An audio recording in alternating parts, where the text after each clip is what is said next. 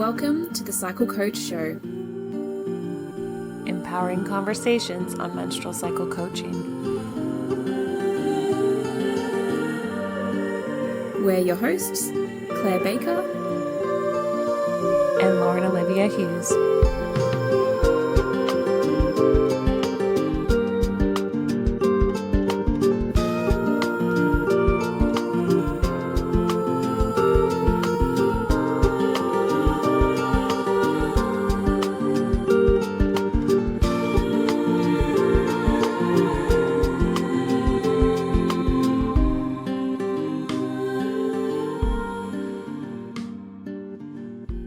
Welcome to part 2 of our conversation around Cycle Coach School. If you haven't watched the first episode of our podcast, we kind of delved into the history of Claire's experience as a period coach, how the school came to be. And now today, in this episode, we are going to dive into what a menstrual cycle coach is in the grand scheme of things. But first, let's do a little cycle check-in. Let's connect with our bodies. The cycle is outside of us. Oh, Claire, what cycle day are you on? I'm on cycle day 6 today, and it's a full moon. We are in summer, technically, Quote unquote. here in the UK, although it doesn't really feel like it. It's been a weird summer. We had some sun and some heat yesterday.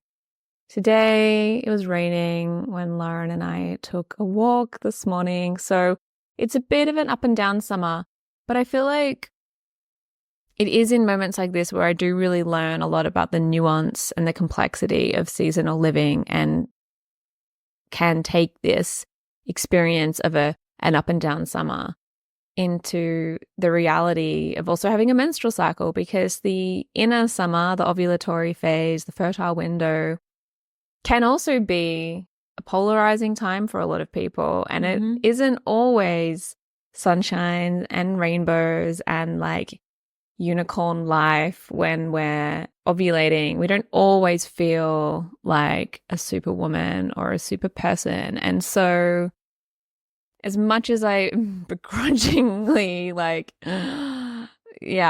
little bit disgruntled with this summer here in the UK, it's a good reminder, like the seasons also ebb and flow and change, and we have an idea of how a season might be. And then there's there's the archetypal cycle and the archetypal season. And then there's the terrain, the reality, the day-to-day. So yeah, when I'm checking in, I like to feel into what's happening in the season around me as well, because that has a really big impact on how I feel. I think how a lot of us feel. Yeah, so that's me today. Talk to me. Whereabouts are you in your cycle? Well, we did record this episode right after the first one, so I'm still cycle day 14. But yeah, connecting it to those outer cycles, it's interesting. We're kind of at the midpoint in the year. We're like towards the end of July. And so that cycle day 14 is kind of mirroring that a little bit, that like fullness of, wow, I've experienced a lot of the cycle. I've experienced a lot of the year already. But the excitement of what is to come and connecting to that full moon in Capricorn, we're crossing into, I think we are in Leo season. So coming out of that very like emotional Cancer season. And it just feels like there's so much sparking. There's so much getting ready to begin. So I'm feeling excited in my body and in my brain, and would love some proper sunshine in summer. I'm living in Edinburgh these days, and it's been rainy. It's been very stereotypically Scottish, and I miss the blue sky sunshine. Yeah, we're both from quite blue sky countries, aren't we? Australia and Canada, who have proper summers. I know. Canada is experiencing a heat wave right now. So it's like plus 40, I think, humid, and just like everyone's like sweating and dying, not physically dying, but they're hot. Melting. And I'm a little jealous. You're at an interesting point in your cycle then, because you're lining right up. So it's summer outside, it's a full moon, and you are in your inner summer. So what's that like for you when it's like there's alignment between these different cycles. I mean, in this cycle, it's feeling quite potent and magical, like a cauldron kind of filling to the brim. I know at times, as you kind of mentioned, that like inner summer season for myself can feel a little sticky if I'm not having that clarity or direction in where I want to be moving in my business, in my life. Sometimes that full moon and that ovulation combined can amplify like a lot of anxiety. It could just make me feel quite small by comparison to what's happening in my body and around me energetically. But luckily this weekend has just been quite full of cycle coach school magic. So it's just been quite humbling. Like I feel like I've been absorbing a lot of information, learning a lot from my like cycle coach sisters. And it's exciting to go home now as I kind of teeter into that inner autumn where I'm like, okay, there's so many things I want to like research and start doing. I learned about tongue scraping. Like, you know, there's just like, like, let's go. I still have that energy to kind of put things into motion, which is feeling so good with that full moon behind me and that Leo season ahead of me. Yeah, I love these moments when they're that real sense of magic. Like you're in a portal right now supported by these different cycles in your life. And an idea that I really don't subscribe to is that we should be trying to sync our menstrual cycles with the moon, for example. Something that I'm often asked about is like, which phase of the moon should I be bleeding in? And I try to stay away from any kind of principle that encourages us that we should be getting our bodies to do something even if it is, through this cyclical lens, because we've spent so many years of our lives, often as people in female bodies, like trying to contort ourselves to be a certain weight or a certain size or shape or sound a certain way, be a certain way, show up in the world in a certain way. And menstrual cycle awareness for me has really offered me an opportunity to unlearn a lot of things about my body and myself and to unravel and decondition myself from needing to be a certain way. And for sure, this is an ongoing journey. But it pains me a little when I hear people trying to get their cycle, manipulating it in some way or trying to get it to align to these cycles of the moon, because it takes away, some of the trust and the mystery that these cycles hold. Like, it's fascinating for me to hear how you are like in your ovulatory phase right now, and it's summer and it's a full moon. Such beautiful alignment. But in no way is that superior to if you were bleeding right now and it were a full moon, or if you were in your pre-ovulatory phase or in the premenstruum and it was summer and a full moon. What I find so fascinating is the interconnectedness of these cycles, but how there's this lovely interplay between them. So there's this gorgeous like nuance that we can dive into, and self-discovery and exploration when we can be curious, like, what is it like to be ovulating on a full moon? Or what is it like to be bleeding on a full moon? Or for myself today, like, what is it like to be on cycle day 6 on a full moon when it's summer outside? And every day, tuning into these different cycles gives us so much to play with and to explore about ourselves and about the world that we live in. So I asked that question around, what is it like to be ovulating on the summer on a full moon? Not because I think that that's how it should be or it's something to aspire to have, but to notice when there is that alignment, and then to notice when it changes, and then how does that feel? Yeah, and maintaining that curious nature. It feels quite potent to like be that like aligned to like the full moon and all of these pieces. After the beginning of the year I've had, it just feels quite potent and like wonderful. It's not always been like that. Like I've bled with the full moon, I've bled with the new moon, I've bled with the quarter moon. I just find reflecting on these menstrual cycle awareness and like considering the other cycles, it always just highlights exactly what I need. And sometimes I need to bleed with that full moon. There needs to be that full surrender. And in this particular cycle, I needed that like full blossoming moment and like feeling like a divine goddess and all these archetypes that you can play with.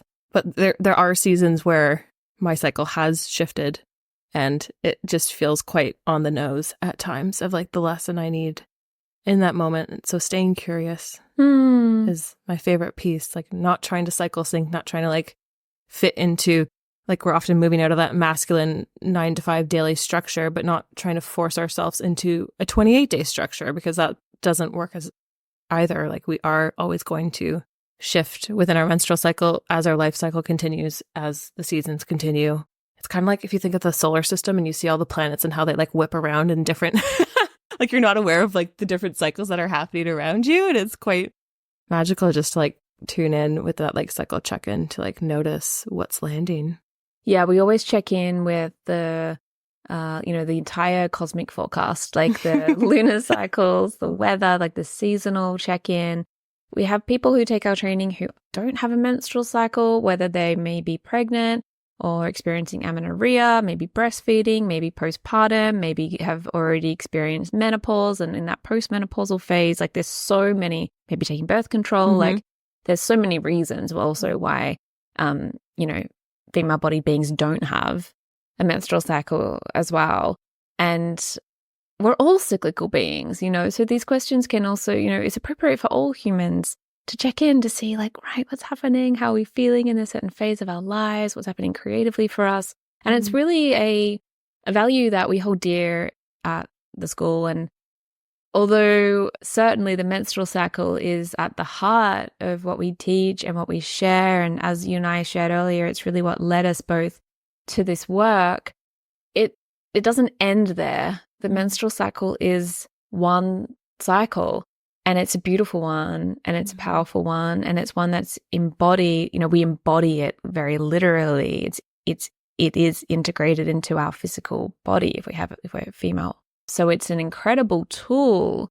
It's an incredible experience to have, to really experience the world so cyclically, and to really know in that embodied way what it's like to have that death and rebirth cycle each month, what it's like to bleed, what it's like to create life, what it's like to let go. Like we go through this process every single month when we're menstruating. And yet there are so many other cycles that we're also living through all of the time. And it's this cyclic way of living. It's this cyclic wisdom that I feel like is the medicine that our culture really needs right now. So what we share here is, really about, yes, it's about living in greater alignment with the menstrual cycle and learning from it and understanding our menstrual joys and our menstrual shadows and making friends with it,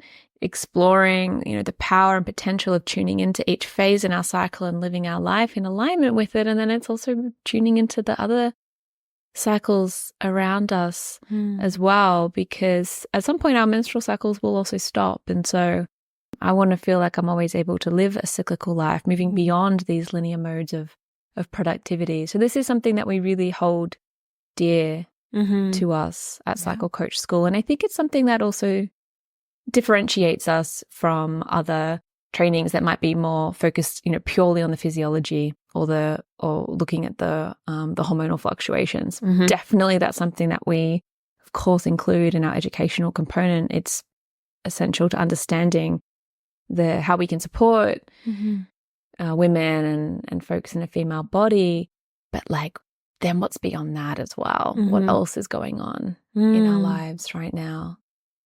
Yeah. So if you were at a cocktail party and you met a new woman or man or person and they asked you what you did, you respond, I'm a menstrual cycle coach. And they say, what's that? How would you kind of sum up what we do? Yeah. I usually say that I help women understand their bodies and I guide them into a greater understanding of their menstrual cycles. So depending on how much time that I have, I might say that, I teach women how to chart their cycle so that they understand how to live in greater alignment with it. If I have a little bit more time, then, I might expand on that, talking about like cyclical living. And I can also speak about tuning into the womb and coming into the body, because a lot of the work that I share myself and also with the school is not so much just about the talking and the learning, but it's also about the embodiment and becoming friends with our body and with our menstrual cycle. I've always thought of this work in a way as like menstrual cycle awareness meets life coaching, because what I do and what we really teach at the school is less about diagnosing problems or prescribing solutions or even really giving advice. And it's much more about creating a warm, safe, collaborative space where we can support others to come into communion with their body and with their cycle, and they get to really understand who they are through the lens of menstruality and to connect with their inner power and their wisdom. So coaching as a modality, which is really what we use here at Cycle Coach School and what we teach, is about essentially two people having a conversation about one person. So it's two people coming together to talk about that one person who is the client, really. So it's not about me as a cycle coach giving my clients loads of advice and just talking at them for an hour, or even really teaching for an hour. When I'm sat with a client, I'm sharing with them, I'm creating this collaborative space, a space where they can come and they're the expert on their own body, actually. And they're the ones who bring the questions and they bring the curiosities, and they're the ones who bring the aliveness. And then I'm there to respond to that and to guide when necessary, to give recommendations when necessary, of course. But I'm not there to fix anyone's life or menstrual cycle or period problems at all. Of course, that comes into it. And cycle coaching is really about supporting somebody as they learn how to chart. They learn to understand their own menstrual joys and their own menstrual shadows that are unique to them and is like the terrain of their body. Because I know what it's like for me when I am ovulating, for example, but that's not necessarily the same for a client. I know what works for me if I'm experiencing premenstrual shadows in my inner autumn, but that's not necessarily what's going to work for someone else. So this work is really about, like I said, this collaborative, supportive place where people can play, experiment, try out new things, and tune into what, they often already know. So it's often less about telling people what to do, and it's really about creating a space where people remember and they tune into what they already know about themselves, which is always like surprises them, because we know what it's like to bleed. We know what it's like, how it feels when we stop bleeding. We know what it's like in that lead up to having our period. Even for somebody who's brand new to menstrual cycle awareness and coaching, like we've been doing this for years and years and years and years. Yeah. So obviously when someone just asks me, I can't go into that whole story, but I usually start with, I teach women how to chart their menstrual cycle and guide them into a place where they can live in greater congruence with it. If I have more time, then maybe I'll share some of that as well. Yeah. Yeah, and it just kind of sparked something in my brain where I remember part of the assessment is listening to a practice coaching client with you, and her name is Mila, but names are changed, obviously. And I remember listening to it and just like how little you spoke. And it's just like, and when you did, there was like the very poignant questions. There was like the tools, like we give students like a magical toolkit of like all these different practices you can teach your clients, teach yourself. And just like witnessing how easeful it could be to just like have space held. Like I think many women don't have that like space carved out in their calendars. So just allowing for menstrual cycle coaches to hold the space for them to have that self-discovery. It's just, far simpler than I ever thought. It's beautiful. It is simple, actually. And something I hear from people is taking the training or considering taking the training or considering sharing this work is a fear around what happens if a client comes to me and I have not experienced what they have. For example, they have endometriosis and I've never experienced endometriosis, or they are really struggling with the few days before bleeding, and my premenstrual phase is actually totally cool for me. It's interesting, this question, because on one hand, yes, it can be an asset to have experienced something that somebody else is going through. Sure, you can empathize, you can, maybe really hear them in a way that there's this lovely connection that's created because you've experienced similar things. But no two people who have endometriosis have the same experience to begin with. No two people who have premenstrual challenges have the same challenges. And like I said just now, the things that worked for you for your premenstrual challenges might not actually work for somebody else, even if you're experiencing something similar. So what we teach and share, cycle coaching as a modality, it gives you the skills to be able to hold a space where you are listening and you know the best questions that you can ask that person for them to really reflect on what has worked for them already in their lives. What do they know to be true? What hasn't worked? What data have they already been collecting that they can then bring to you? And the two of you can play in this creative cauldron of okay, cool. So this is what we know. These are the areas where we need to fill in some blanks. This is what we could maybe try and experiment with next. And that's the magic of coaching, really, is that collaborative play that we get to do with a client in a session. So it's not about having all of the answers or trying to fix something or having had the same experience as somebody else. I mean, I've had the honor of working with women who are post-menopause, working with people who are gender non-binary, working with people who have had menstrual challenges that I haven't had, women who have children. I have none of these, none of the above. And yet I can still hold space for somebody and be there and collaborate and listen to them and empower them to tune into their body, into their heart, into their womb, their mind, and to be able to move forward from that place. And it's humbling to see how sometimes little we have, we feel like we're actually doing.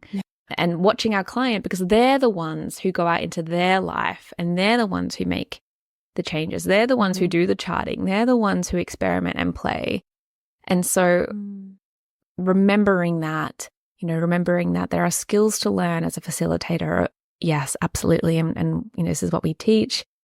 And of course, embodying this work, living it and breathing it, that's really going to support you to be able to really hold what someone else brings. Because people will bring things that feel big, things that feel heavy, things that could feel, really scary and hard to hear and hard to hold.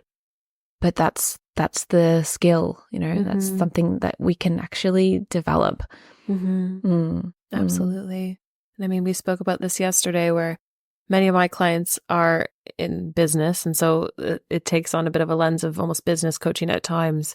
And it can feel scary when their business is ahead of mine in different ways that you can measure a business in terms of whatever, success.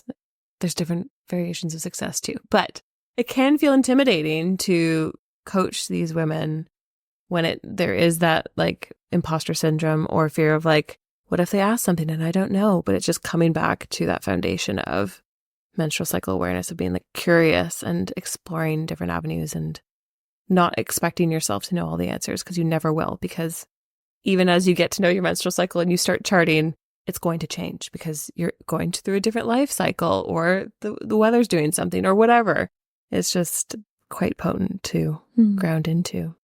Something I love about cycle coaching as well is the training that each phase gives us in how to really live our lives in a way that feels best for us. So, for example, tuning into mindful menstruation really teaches us how to let go and how to rest and how to surrender as humans, and to be I've got to drop my tools and chill, or I need to really take care of myself here. There's just so many lessons that come through practicing that.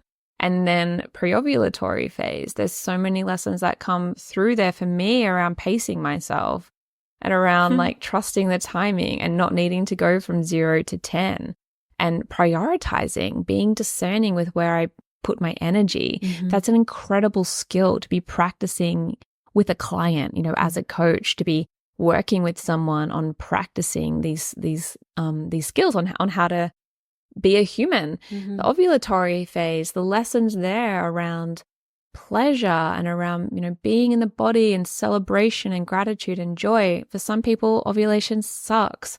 And so then there's lessons there around, like, again, trust and surrender and self-care and listening to our bodies. And of course, the premenstruum is just loaded with gifts, like, you know, how to stop and listen to what our body is telling us, how to face the music, listen to the feedback of our bodies from the past cycle, how to embody, you know, we explore so many archetypes here at the school in the training, like tuning into that enchantress archetype, that dark feminine, the like no bullshit, like truth speaking, mystical, magical dimension that we all hold, that we don't often get to give a lot of airtime to, the part of us that really gives no like F's. So when we're working with someone, we have an opportunity to play in all of these realms.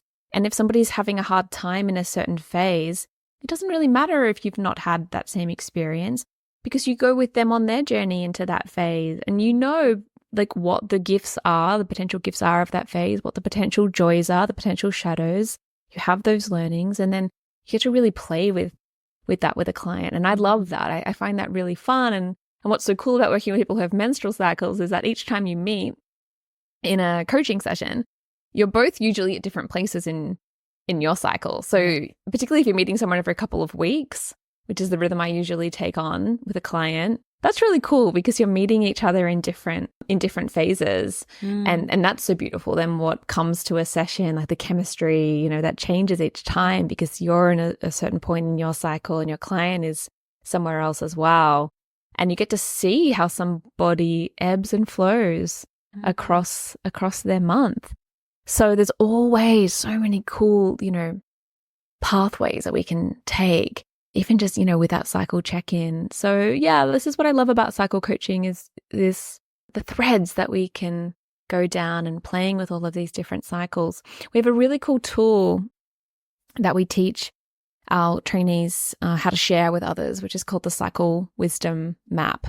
And this is a map that has been adapted by a map that Jane Hardwicke Collings of the School of Shamanic Womancraft teaches. And with Jane's beautiful and generous permission, we've evolved this map to align with really what we're sharing here as cycle coaches. And this map includes the menstrual cycle. It includes the lunar cycle. It includes the seasons of the year and these archetypal energies that we move through: the maiden, the mother, the enchantress, the crone. And so using this map with a client or in a group session gives people a framework to begin to do their own explorations, to see how, like, what their maiden years were like and how that aligns with the spring of the year or the first quarter moon, or exploring like menstruation and the different qualities of that phase and how that aligns with winter. And so Jane likes to say that each map, you know, there's the map, which is the archetypal map, and then there's the terrain of each woman's life, which is different for all of us. Yeah. It's a beautiful tool. I'd like to play a snippet of Jane talking about her intention for creating this map. And I think that the intention of the process in the remembering is not to be seen as something small or minor, because having shared this map over the decades, I think one of the most dominant things that women and men, because I've shared this with men several times as well, but for women, like, I created this in this way as to use for menstrual education, so that by the time we get to putting the menstrual cycle on the map, which is the final piece, there's no questions about what each week represents. It's like so obvious. And I think that the main kind of response or reaction to this map has been over the decades is like, how come nobody told me this? Why aren't we taught this at school or whatever? So, You know, it's that intention to basically wake everybody up and you know, so that they notice what's going on. But the main intention is that we live it. You know, this map has the clues for what we need now as well. You know, this is what I love so much is like the state of the earth now, the state of humanity and what we've done to the earth is such an example of not living this wisdom of the cycles. And so what I so love to say in my cheeky warrior queen, agent of the goddess, menstrual educator way is to say that the clues for how to live an earth honoring and sustainable life are hiding in plain view in the menstrual cycle, which just makes me chuckle so much that the taboo hidden cycle is the answer. Mm-hmm. Mm-hmm. I do love what she said around that like aha moment that so many people have, like, why didn't I learn this when I was younger? That grief, I feel like, is all too familiar with like so many clients, or just like the women on the street in the cocktail parties that you're chatting with, the people that you meet, that grief element. But I do love also the answers are in the menstrual cycle. Mm-hmm. Yum. Yeah. Yeah, it's an incredible tool for awakening. Mm-hmm. Awakening the individual, awakening our relationships, awakening family life, the different ways that we can live. You know, there's some really cool cycle coaches sharing this work through the lens of parenting, cyclical parenting, how to bring kids up in a home where the seasons are honored and where they have the language to be able to say, hey, mom, like, I'm in my winter, I need to take a nap, or I'm feeling like I'm in my summer, I have heaps of energy, and to be able to share that vocabulary in your family, whether you have a menstrual cycle or not. Like Jane said, she shared this with men, with kids, like this is for everybody. Yeah. Even our partners, my husband, like he has his own way of tracking my cycle and like how I show up day to day. And it's healing to see it in that next generation, in the children, of course, but also in people our age, women older.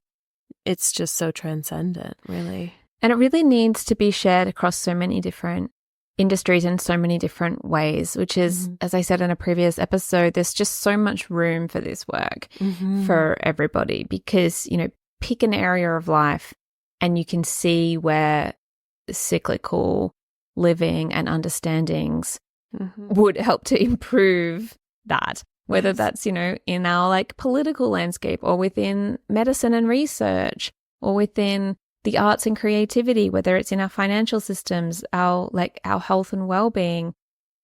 We're realizing pretty quickly on this planet that like capitalism and linear modes of productivity, getting from A to B in a straightforward fashion, you know, it's not really working to just continue on the way that we are.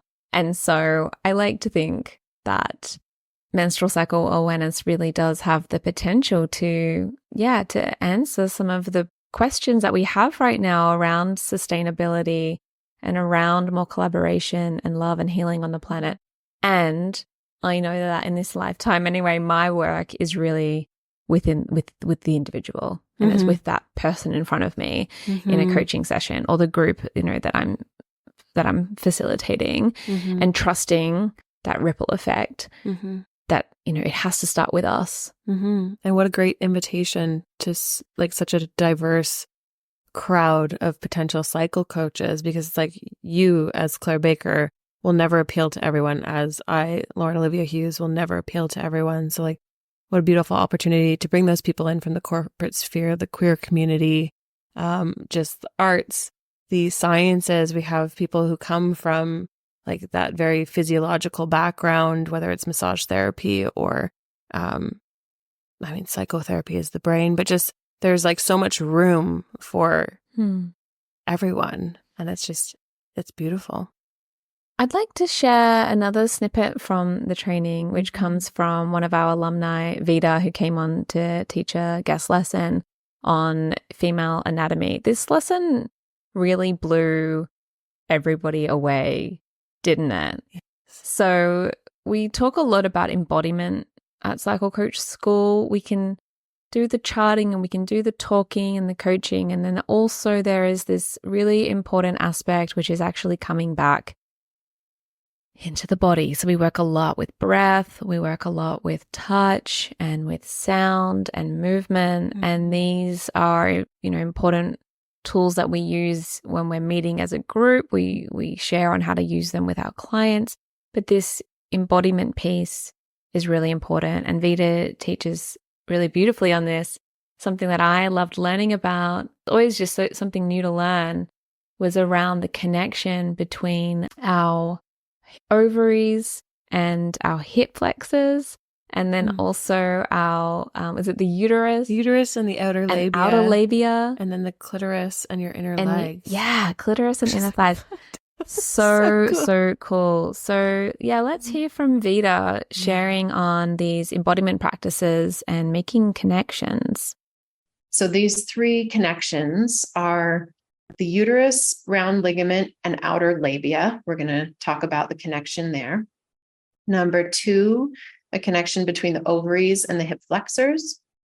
And number 3, a connection between the clitoris and the inner thighs. And as we're talking about embodiment, I know embodiment is a word that goes around a lot these days, especially. And embodiment in this context, just want to offer a definition, means being in connection and communication with your body and ultimately feeling ownership and respect for your body. And I think that connection and communication is really essential. It's like picking up a phone line. When you know what your anatomy is, there's something magical that happens. And I see it all the time in my clients when I give them accurate anatomical information and help them find that structure or muscle in their own body. When they tell that body part to do something, say move a leg or a hip or whatever exercise we're doing, there is a way different relationship to that movement. It's like the light bulb goes on. And I believe this can happen with internal organs too. We can definitely feel and sense where our insides are just as much as our outsides. We just get a lot of information about our outsides. So I want to offer some inside information. Vida is a Pilates teacher, and she works a lot with movement and has incorporated the menstrual cycle awareness and cycle coaching work into her practice. So it's a great example of how we can include cycle coaching in conjunction with other specialties that we have, other modes of treating people, working with people. I think so many of our trainees and graduates come to this work or have continued to develop their skills in all kinds of different areas, which I find really cool.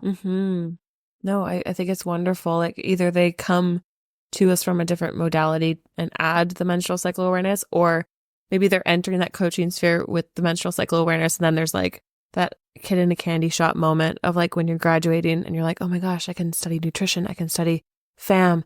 I could study movement, yoga, just like breath work. There's a million different like things that would just complement menstrual cycle awareness so beautifully. So it's exciting to see that like multi-passionate person kind of expanding it. We do have another brilliant clip from Vianney about growing that multi-passionate business. I want to talk about realizing that your energy is your marketing. Good one. Energy is your marketing. Something that I know as an NLP practitioner is that only 7% of the words that we say are actually communicating, right? So words are only 7% of our communication. Wow. 38% is our tone of voice, right? So how our voice sounds.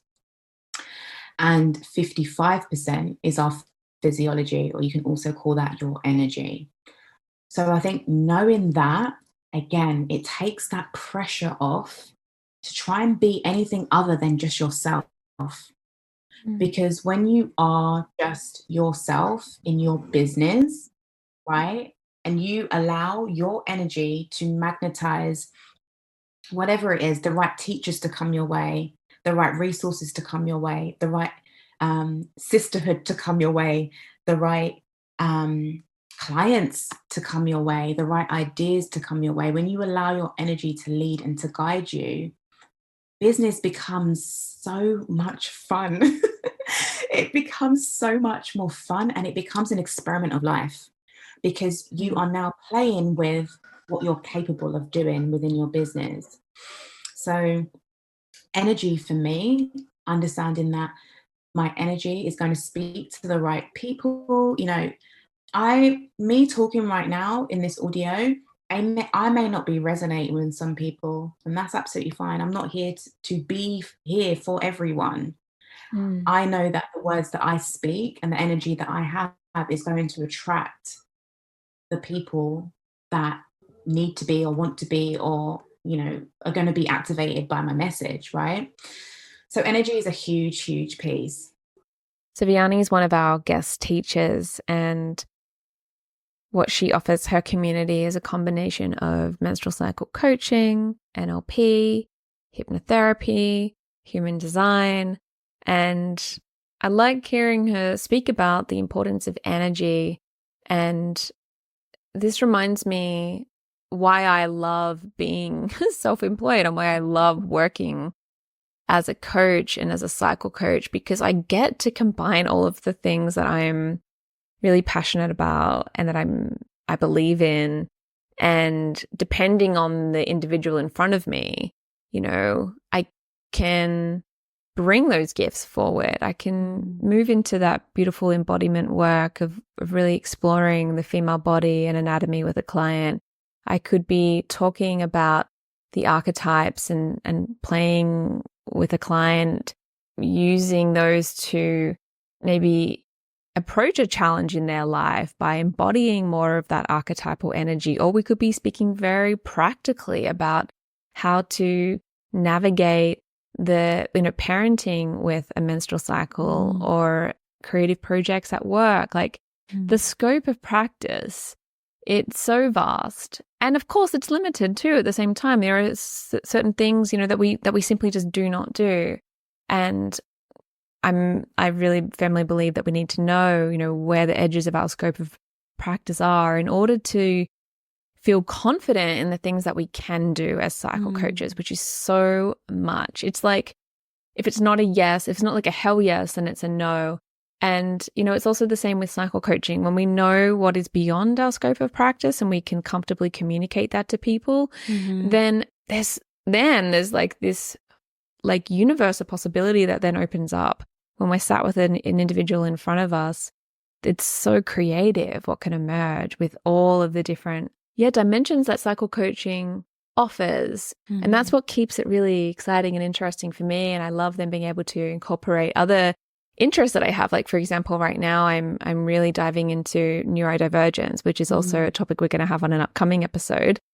But how, you know, conditions like ADHD or being autistic, for example, might have an interplay and connection with the menstrual cycle. So that's something I'm really interested right now. So that's also being threaded through my work as a menstrual cycle coach. We could also talk about, you know, creativity in that sense and other, like you said earlier, like fertility trainings. There's so many different things that we can include. This work feels so expansive in that way. It offers so many possibilities for the future. And to be able to create a business, which again, we're going to speak more about in upcoming episodes. We're going to get more into the nitty gritty of business and social media and building a business that helps to sustain you and your life. It also takes care of you as you take care of it. And that feels cyclical. There's just so much room for magic and the life that feels, you know, that feels really good. I really do believe that this work, this cyclical way of living and working is available for us. It's been so good to me. It really has. And I know that it, you know, that it continues to really like shower its gifts on others who say yes to answering this call as well. Absolutely. I think that's a nice place to finish. Tell me, what are you currently exploring, feeling curious about right now? Yes. I feel like for the most part, my business has been quite grounded in menstrual cycle awareness as a foundation, but then I've just been attracting a lot of small business owners and creatives. And so it's been a lot of learning around that. But now for myself, the life cycle I'm in, recently became a wife, might soon become a mother. And I'm just trying to like kind of step into a bit of this archetype and discover how it connects to my sensuality, my sexuality. There's that like journey into sobriety and just like kind of peeling back layers of myself that I thought were my identity and seeing what's there now. So I'm kind of excited. We were talking a bit about it yesterday, just to explore that like sexuality side and to reconnect to my body as it ages. It's just been quite scary, but exciting. And it'll be fun to do with my husband too. Yeah. What are you getting excited about? Yeah, I would say this neurodivergence thread for sure. Yes. Yeah, it's been cool learning more about the interconnectedness between our hormones and how that manifests. Like ADHD manifests differently in the female body than it does in a male body. And it's cool to see research coming out on the connection between neurodivergence in perimenopause and also in postmenopause. There's been some cool papers published recently on this. So this is definitely an area that I'm interested in. I think ultimately I am just interested in revealing to the world that it's perfectly okay if you don't fit into the box that we're given, if you don't, tick all of those boxes. And I think this is what draws me to menstrual cycle awareness, because I'll never tire of hearing a woman realize that she's not crazy because she feels different from week to week. And I'm also experiencing that same joy in working with clients who are neurodivergent and them discovering there's nothing wrong, there's nothing that needs to be fixed. It's just about learning how our brains work differently, learning how our bodies work differently to the, to what's normal, quote unquote. That really excites me. And there's a lot of overlaps as well in terms of, self-care and living our best life as female-bodied beings whose brains might work a bit differently to others. There's so much magic and power and creativity in that. So that's really where my heart is at the moment. Yes, I'm looking forward to that podcast episode. Yeah, it's going to be cool. We've got some really cool episodes coming up on business, social media, neurodivergence. Loads. So we can't wait to see you back here again soon. Thank you so much for tuning in. We are here if you have questions or if you have any feedback on the show, topics that you'd like us to cover, please let us know, because this is, at its very beginning stages and we would love your input. So please reach out and we'll see you back here soon. Bye. Thanks for listening to this episode of The Cycle Coach Show. If you loved what you heard, then please review, share, and subscribe to help us reach more cyclical listeners like you. You can find us on Instagram at Cycle Coach School or online at cyclecoachtraining.com.